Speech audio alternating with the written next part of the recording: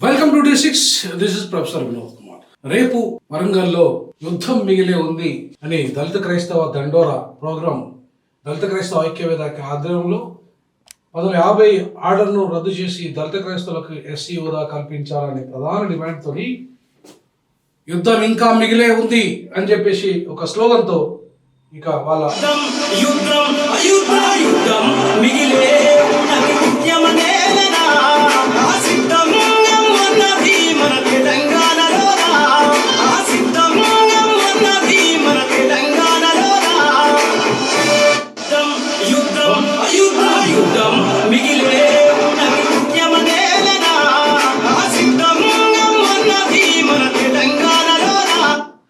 So మన తెలంగాణలో యుద్ధం ఇంకా మిగిలే ఉంది.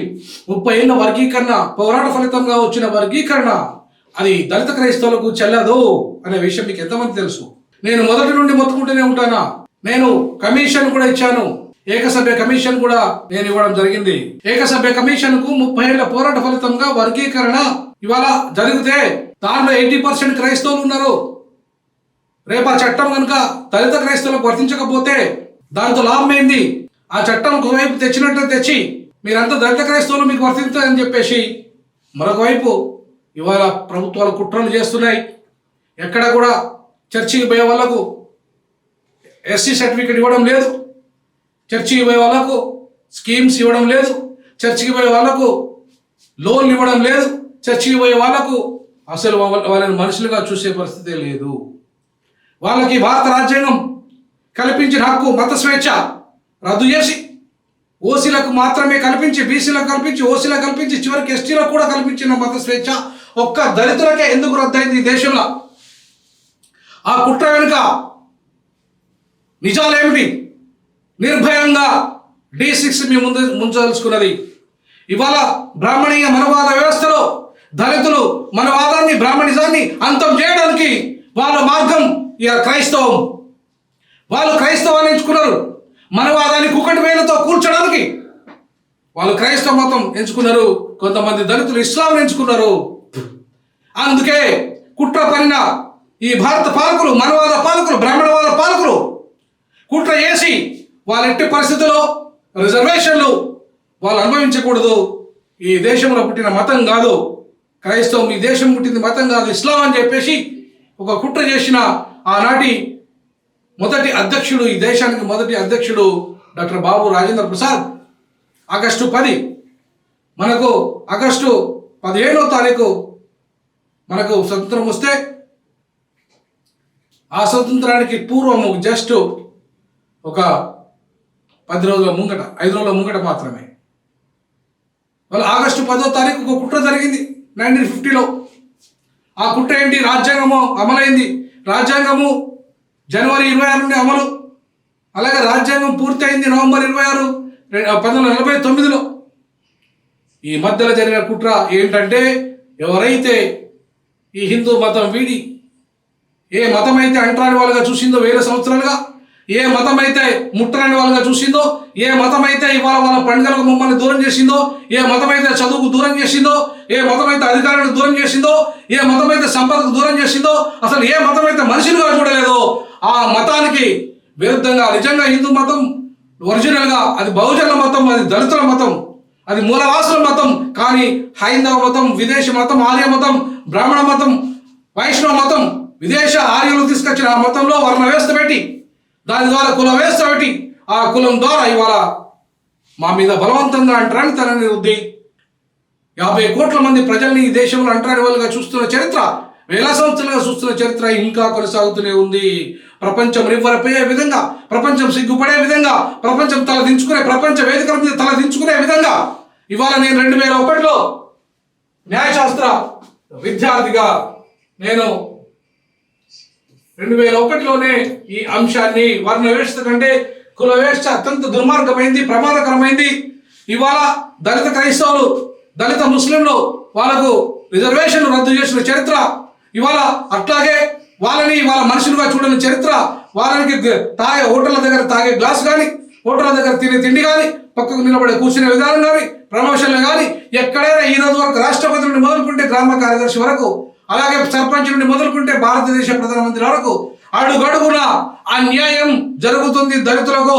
ఒక్క దళితులకు మాత్రమే. ఒకవేళ నిజంగానే విదేశీ మతాలు క్రైస్తవం ఇస్లాం అయితే ఓసీలు ఇస్లాం క్రైస్తవం తీసుకుంటే వాళ్ళకి రిజర్వేషన్లు వర్తిస్తున్నాయి, బీసీలు ఇస్లాం క్రైస్తవం తీసుకుంటే వాళ్ళకి రిజర్వేషన్లు వర్తిస్తున్నాయి, చివరికి ఎస్టీలు క్రైస్తవ ఇస్లాం తీసుకుంటే వాళ్ళకి రిజర్వేషన్లు వర్తిస్తున్నప్పుడు ఒక దళితులు మాత్రమే ఏం పాపం చేశారు, ఏం దుర్మార్గం చేశారు దళితులు?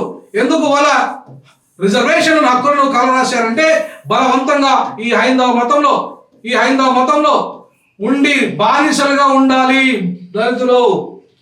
బానిసత్వం నుండి బయటపడడానికి ఈరోజు ఇస్లాం క్రిస్టియానిటీ తీసుకున్న వాళ్ళు.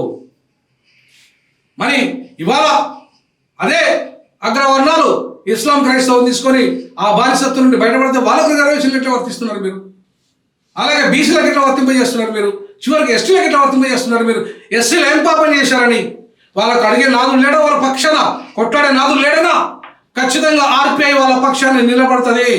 ఆర్పిఐ ఈ అంశాన్ని దేశ విదేశాల్లో ప్రపంచ వేదికల మీద ఆనాడు విద్యార్థిగా రీసెర్చ్ స్కాలర్గా ఏ దర్బార్లో జరిగిన ప్రపంచ సదస్సులో ఏ రకంగా అయితే నిలదీశారో, వర్ణ వీక్షణ కంటే కుల వీక్షణ ప్రమాదకరమైన నిలదీశామో, ఇవాళ మొత్తం ప్రపంచ వేదికల మీద ఐక్యరాజ్య సమితి మీద రేపు పార్లమెంటు సభ్యునిగా గెలిచి ఈ అంశాన్ని ప్రపంచ వేదికల మీద మాట్లాడడానికి సిద్ధమయ్యాను. అందుకే ఉద్యోగానికి రాజీనామా చేశాను. అందుకే సామాజిక తెలంగాణ కోసం, సామాజిక న్యాయం కోసం 12 సంవత్సరాల ఉద్యోగానికి లక్షలాది జీతంకి రాజీనామా చేసి ప్రజల ముందుకు వచ్చాను. కాబట్టి ఖచ్చితంగా ప్రజలకు ఇవాళ నేను చెప్తున్నాను, ఈ సందర్భంగా మీరు ఒక్క దళితులకు మాత్రమే రద్దు చేసి వాళ్ళకు మాత్రమే ఇవాళ మీరు ఎస్సీ హోదా రద్దు చేసేసి ఒకవైపు బుద్ధిస్టులు ఆయన దళితులకు ఇచ్చారు, మరొక వైపు సిక్కు దళితులకు ఇచ్చారు. కానీ ఒక క్రైస్తవ ఇస్లాం దళితులు ఏం పాపం చేశారు? అవి విదేశీ మతాలు అయితే ఓసీలకు, బీసీలకు, ఎస్టీలకు వర్తించని నియమం మాకెందుకు వర్తించాలి? సో అందుకే ఈ అన్యాయాన్ని, ఈ దగాని, ఈ కుట్రను ఛేదించడానికే ఇవాళ మరొకసారి యుద్ధం ప్రకటించబోతున్నాం. అదే యుద్ధం ఇవాళ దళిత క్రైస్తవ యుద్ధం. ఆ యుద్ధం ఇవాళ మిగిలే ఉంది. ఆ యుద్ధాన్ని ఇంకా